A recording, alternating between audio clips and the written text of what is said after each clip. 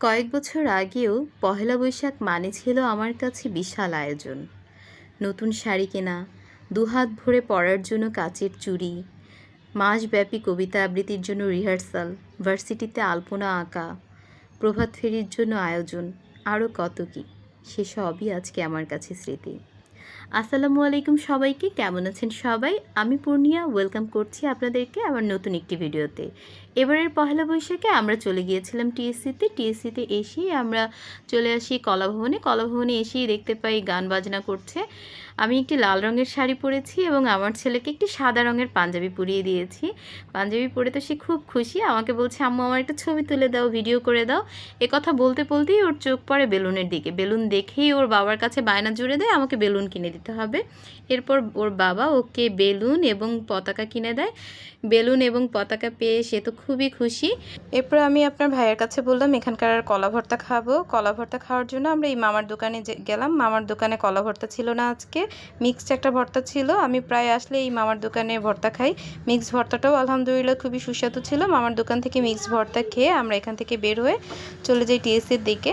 টিএসসির যাওয়ার পথে দুই পাশে এরকম খেলনার দোকান, খাবারের দোকান বসেছিল, অনেক রকমের খেলনা এবং খাবারের দোকান ছিল। তারপরে টিএসসি থেকে আমরা সোজা চলে যাই হচ্ছে দোয়েল চত্বরে যে আমরা দেখতে পাই নানা রকমের বেলুন, ছোটোখাটো একটা মেলার মতো বসেছে।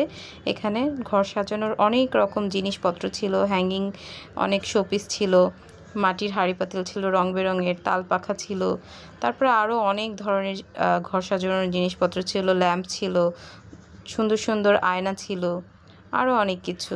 বাবু এখানে কান্না করছে, ওকে খেলনা কিনে দিতে হবে।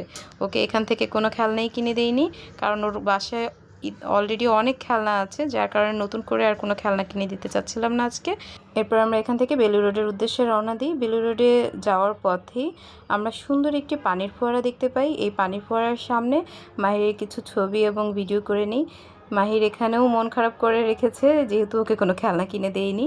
এরপরে আমরা চলে আসি বেলুড় রোডের এখানে এসে আপনাদের ভাইয়া আমাকে কিছু কাচের চুড়ি কিনে দেয় এখান থেকে। তারপর আমরা চলে যাই খিলগাঁও আমরা আপন রেস্টুরেন্টে গিয়েছি কাজু শেক খাওয়ার জন্য। এখানে আমরা কাজু শেক এবং মাহিরের জন্য একটা স্ট্রবেরি শেক নিই আর একটা সাব স্যান্ডউইচ খাই। তা দেখতেই পাচ্ছেন বাবা ছেলে কীরকম দুষ্টুমি করছে আর আমি এখানে বসে বসে ওদের ভিডিও করছি। আপনাদের ভাইয়ের কাছে আমি অনেকক্ষণ ধরেই বলছিলাম ভেলপুরি খাবো, তার জন্য আপনাদের ভাই আমাকে তারা নিয়ে যায় গুলশান হয়ে ব্র্যাক ইউনিভার্সিটির কাছে এসে এই মামার কাছে আমরা ভেলপুরি নিলাম। এই মামার ভেলপুরিটা খুবই মজার, ভেলপুরিগুলি খুবই ক্রিস্পি ছিল এবং ওনার যে ঘূর্ণিটা গরম ছিল এবং ভেলপুরিটা খুবই ফ্রেশ ছিল।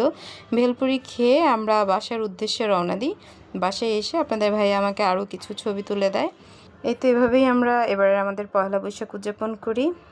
ধন্যবাদ সবাইকে এত ধৈর্য সহকারে আমার ভিডিওটি দেখার জন্য। ভিডিওটি যদি ভালো লাগে অবশ্যই লাইক করবেন, শেয়ার করবেন, কমেন্ট করবেন, ফলো দিবেন, পাশে থাকবেন।